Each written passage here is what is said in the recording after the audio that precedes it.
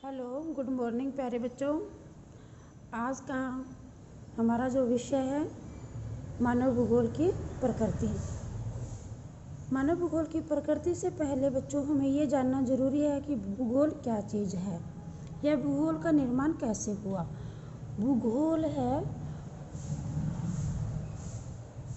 भूगोल मूलतः दो शब्दों से मिलकर के बना है, जो जियो प्लस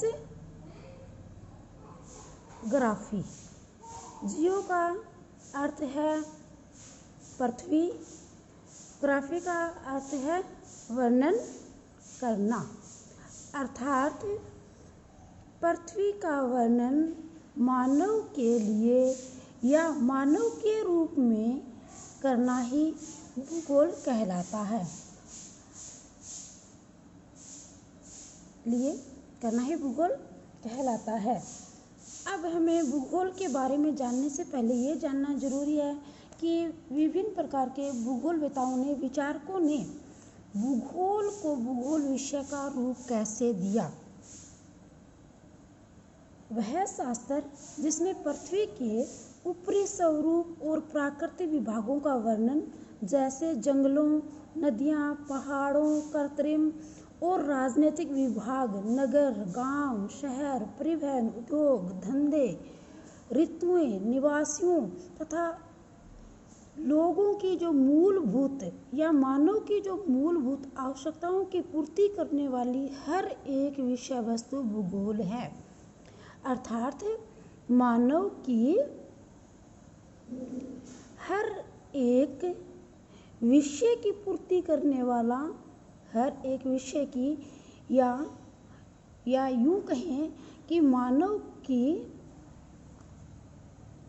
मूलभूत, जैसे मानव की ज़रूरतें परिवहन, उद्योग, शिक्षा, कृषि, पशुपालन, नगर, गांव आदि अनेक प्रकार की ज़रूरतों की पूर्ति करने वाली हर एक विषय वस्तु क्या कहलाती है?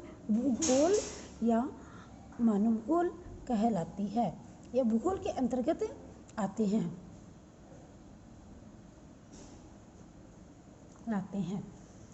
अब भूगोल शब्द की सर्वप्रथम व्याख्या यूनानी विचारकों ने प्रस्तुत की।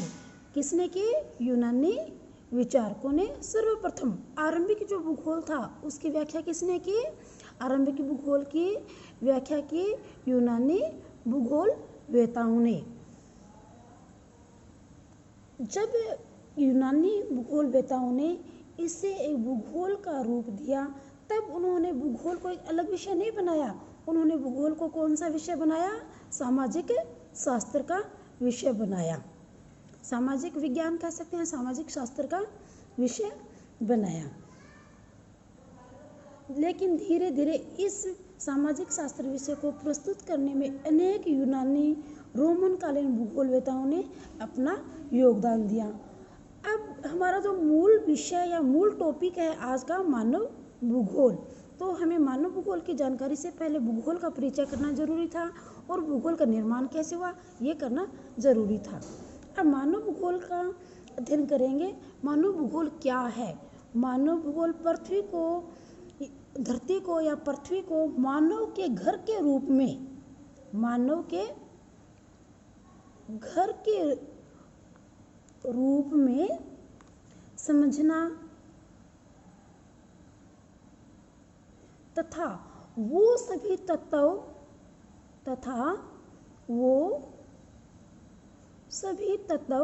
जो मानव का पालन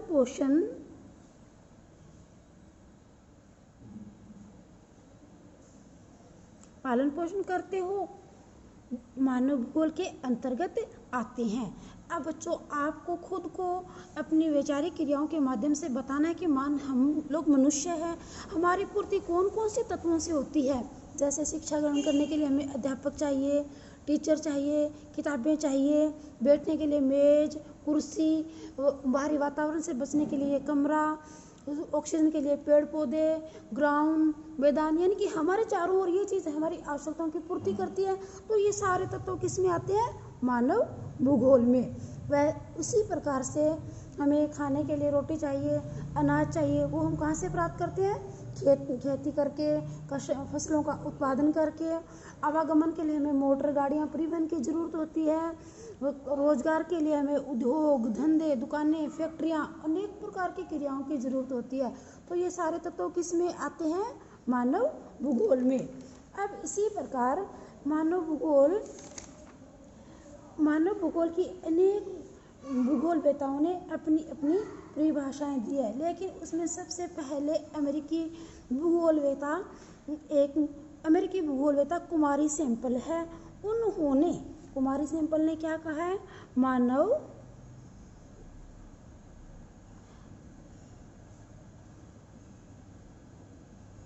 कुमारी सैंपल के अनुसार मानव भूगोल की परिभाषा: मानव भूगोल अस्थिर, मानव भूगोल अस्थिर, यानी कि पृथ्वी की बात हो रही है, अस्थिर पृथ्वी और क्रियाशील, यानी कि कार्य करने वाला। क्रियाशील का मतलब हम लोग कार्य करते हैं, नियंत्रित रूप में या लगातार हर कार्य में लगे रहते हैं। क्रियाशील मानव के बीच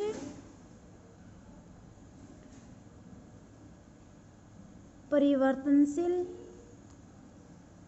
संबंधों का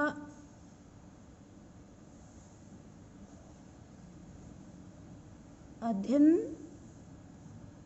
ही मानव भूगोल है। तो बच्चों, ये कुमारी सैंपल की जो परिभाषा है, ये बहुत ज़्यादा इम्पोर्टेंट परिभाषा है। हर बार पेपर में आती है, पूछा जाता है कि कुमारी सैंपल इन मानव भूगोल के विषय में कौन सी परिभाषा या कुमारी सैंपल की परिभाषा लिखो, ऐसे क्वेश्चन हर बार आता है। इसीलिए आपको इस परिभाषा को बहुत अच्छे से याद करना है। आज के हमारे वीडियो में बच्चों इतना ही है। मानव भूगोल का परिचय, मानव भूगोल का प्रकटीकरण। अब आपको मानव भूगोल की विषय वस्तु को अच्छे से याद करना है। कल मैं आपसे फ़ोन करके फीडबैक लेके मानव भूगोल की विषय वस्तु समझूंगी या सुनूंगी। आप लोगों से सारे बच्चे याद करेंगे। धन्यवाद।